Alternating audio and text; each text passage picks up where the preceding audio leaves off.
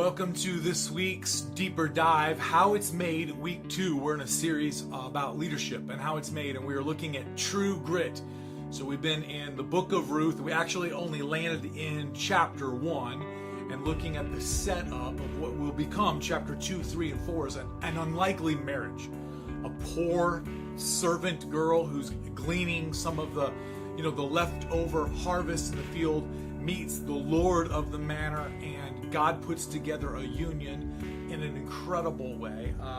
Actually, in verse 9 of chapter 13, she comes to the Lord of the land there at that time. This is Boaz. He's over the land, and it's a time of harvest, and she lays at his feet, and she says this, "I am Ruth, your servant. Spread your wings over your servant, for you are a redeemer."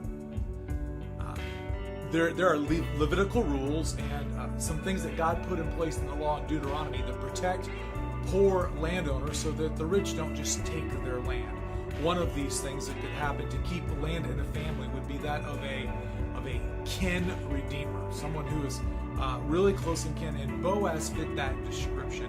Chapter 2, 3, and 4 completely lay this out, but Ruth's life shows for us what true grit really is. The point of everything we're driving to, and which will take us deeper on our dive this week, I would say, is this.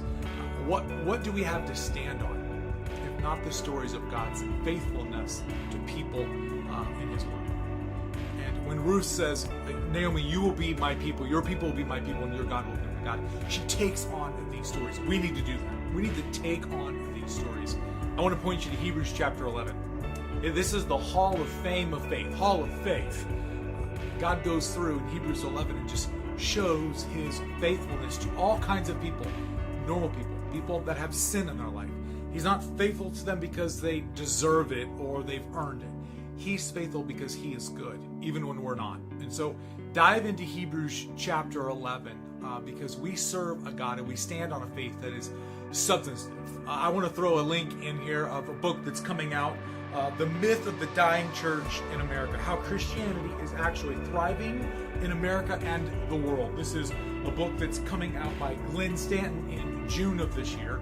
And I think this is incredible because the word on the street is that the church is dying. And in our nation, like other industrial nations, that we will eventually not have places of worship. These will be dance halls. But in fact, every decade since our country has come into inception, Christians have risen every single decade.